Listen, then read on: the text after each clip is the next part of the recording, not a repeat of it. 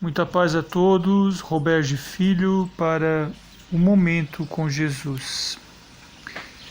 Mistérios da criação. Segundo aprendemos na questão 49 de Um Livro dos Espíritos, o princípio das coisas está nos segredos de Deus. Entretanto, pode-se dizer que os homens, uma vez espalhados pela terra, absorveram em si mesmos os elementos necessários à sua própria formação, para os transmitir segundo as leis da reprodução. O mesmo se deu com diferentes espécies de seres vivos. Então tudo veio a seu tempo.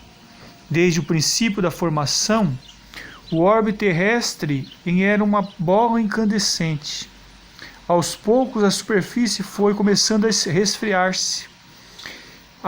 À medida que resfriou-se, as águas que cobriam a superfície, foram atingindo as temperaturas ideais para que eclodissem os germes dos primeiros seres vivos.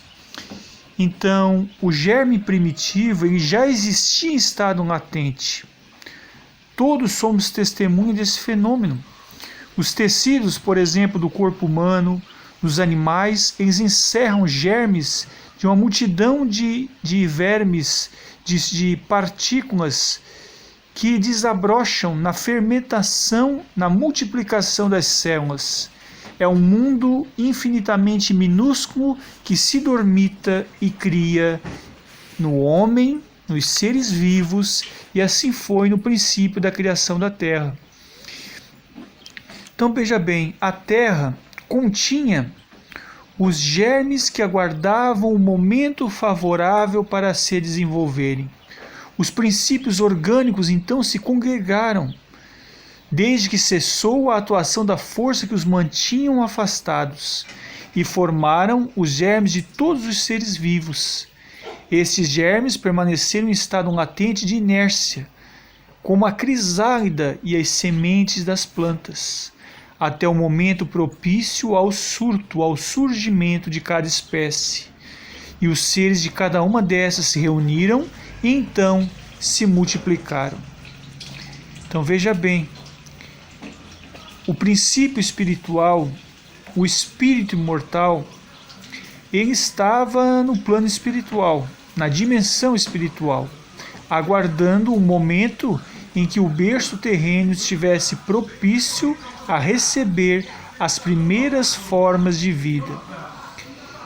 Desta forma, podemos dizer que os dinossauros, logo depois os répteis mais primitivos, as aves, os animais rastejantes, roedores, aqueles que tiveram resistência aos cataclismas da natureza, eles foram experiências do próprio plano espiritual com o planeta, a planície terrena, a fim de que o princípio espiritual ali, em germe latente, fosse se desenvolvendo. Então isso também nos leva a compreender a área da psicologia que estuda a fenomenologia das espécies. Ou seja, o princípio espiritual dormitava no mineral, depois ensaia as sensações no vegetal, começa a criar mais prurido, mais atividade rudimentar da consciência no animal irracional, para então, quando alcançasse a aventura dos primeiros homens na Terra, despertasse a consciência, o intelecto e, sobretudo, a capacidade de viver de forma gregária, conhecendo então a importância do outro para o seu desenvolvimento. As primeiras noções psicológicas então foram o medo do frio, o medo de passar fome, o medo de que viesse um animal rudimentar durante a madrugada e ceivasse a vida de seus familiares, a vida humana.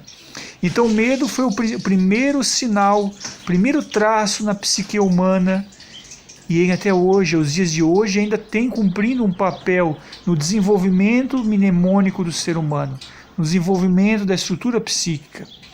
Mas nós chegamos então a uma era de transição, onde nós começamos a vencer precisamos começar a vencer o medo, pois que já no íntimo já muito nos espiritualizamos.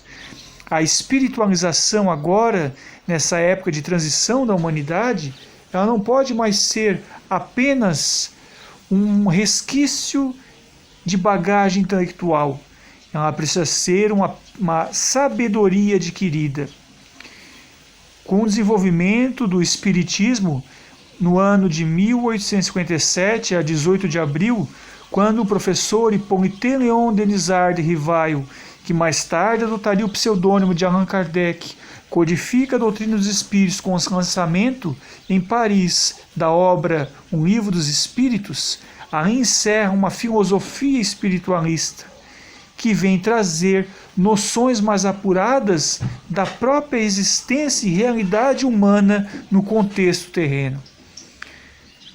Desta forma, o espírita, o cristão, mesmo os professantes de outros credos que já começam a entender o papel da espiritualização na vida, no meio onde nos encontramos no presente, já pode dizer assim: eu não creio apenas, eu sei. E a sabedoria é um germe de amor e divino que já trazemos desde eras recuadas na alma. Muito bem, finalizamos esse breve estudo dizendo que a química nos mostra as moléculas dos corpos inorgânicos unindo-se para formar cristais de uma regularidade constante, conforme cada espécie, desde que se encontram nas condições precisas. Ou seja, ainda há algumas formações espontâneas que nos ajudam a entender como foram as formações dos principais elementos e seres vivos no início das eras. Então, a época em que surgiu aquele a quem chamou-se Adão, mas que em verdade reconhecemos hoje com o estudo científico e da doutrina espírita em ser a raça adâmica, cerca de 4.000 anos antes de Cristo.